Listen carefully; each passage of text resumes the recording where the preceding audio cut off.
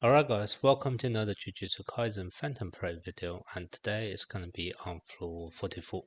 Now this floor is pretty straightforward once you figure out the boss gimmick, which is that when he's not broken, you're not going to do much damage to him at all, but as soon as he's actually broken, you're going to apply 20% more extra damage. So basically that's the time or when you actually want to kill off the enemy.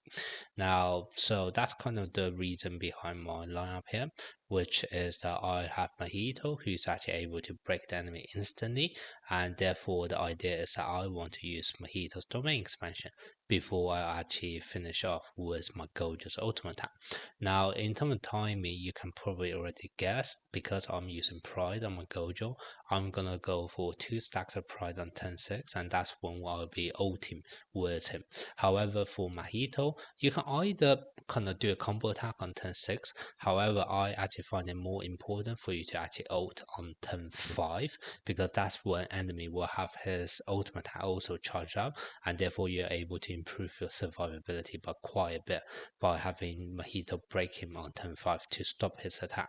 So that's kind of why I would also have Toge on my team to basically buff up the whole team's ultimate energy twice, so that Mahito can actually gain enough to actually break the enemy on 10-5 with his domain expansion.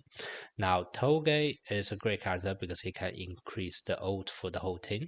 However, outside of that, he is not going to be much help to you, and that's kind of why eventually I really want him to retreat from the battle in order to bring in a second buffer to make sure my Gojo have as much damage output as possible.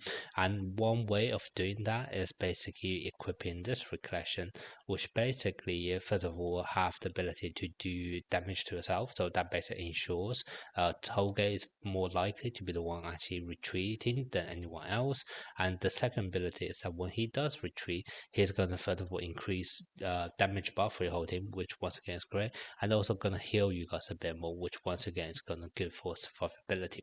Now, you don't actually want to activate his recollection straight away, because it kind of depends on how the enemy is going to target you. If they all decide to spam their attack on Toge, Toge won't even make it to turn 3 in order to use his ult buff for the second time. So you don't really want to activate this too early. What you actually want to do is save this for turn 3. So basically, depending on how the battle goes, you only activate this on turn 3 to seriously reduce the amount of HP your Toge is going to have. And because the enemy also do every damage over time in the form of poison, it's very likely that Toge will either be killed off on turn 3 or turn 4, which is going to then be perfect for your Momo to come in. And once Momo come in, you don't really need to worry about survivability either, because I would have this reflection on her, which is able to actually taunt the enemy attack, and you use this in combo with obviously Momo skill 2 to give her a guaranteed evasion, and therefore allowing her to draw an attack and also dodge it. So that's basically the idea behind this team.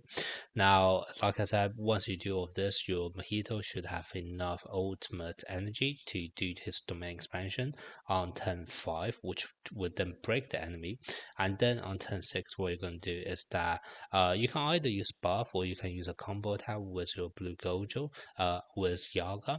Now, depending on whether your Yaga is actually blinded by the enemy, your the ultimate attack from Yaga may not actually hit, but regardless, what you actually want to use is actually to activate this recollection effect anyway, which is able to give another extra bit of a buff to your whole team. And basically, with that, you should be able to do serious amount of damage with your Gojo's ultimate attack, because the enemy is already broken, so he will take twice as much damage. And then, even if you're not able to finish off, you can then finish off the battle with a single target attack next turn. Okay, just realized I forgot to show you guys the skill levels. Basically you'll see my Gojo's dupe 1, and also at the same time I do have both his ultimate attack and self buff at level 10, and my Yaga's self buff, Yaga's buffing skills at level 10 as well. Momo's at level 8. So that's kind of the amount of buff you need in order for your attack to be able to kill off the enemy normally without any crit. Now, obviously, it can be a bit lower if you want to play around with a bit of RNG in order to actually land that critical hit on the ultimate attack. So it can definitely be done if your skill levels are not as high, or maybe if your Gojo is not duped, etc. 楽しそうだかか。何これ。手加減はしてあげるよ。防げ。ほらほら、どうしたの。楽しくなってきた。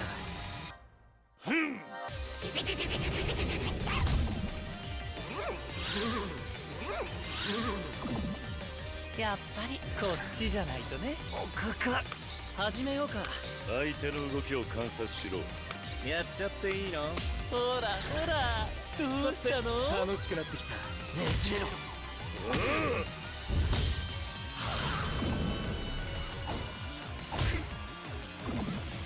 やっぱりこっちじゃないとね。何これ。妙な技を。手加減はしてあげるよ。防げ。では教育の時間だ。楽しくなってきた。おりゃ。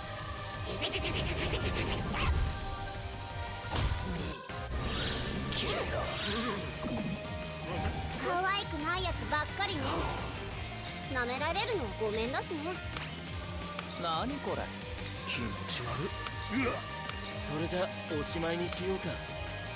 なるほど、そういうことね。ほらほら、授業を始めよう。さて楽しくなってきた。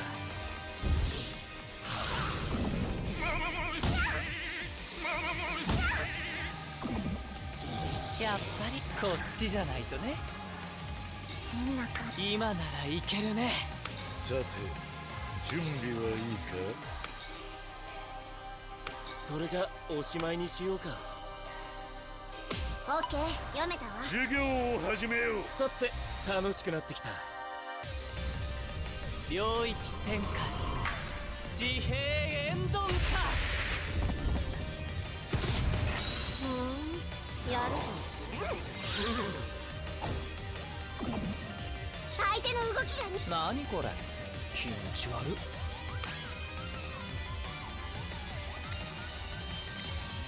さて準備はいいか。それじゃおしまいにしようか。オッケー、読めたわ。行くぞ総力戦だ。これで払い切る。術式判定赤。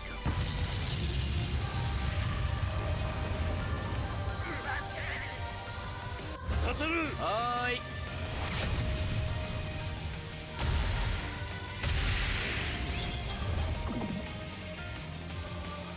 相手の動きが。何これ。やっちゃっていいの。オッケー、読めたわ。授業を始めよう。そう焦るなよ。まあ最強だからね。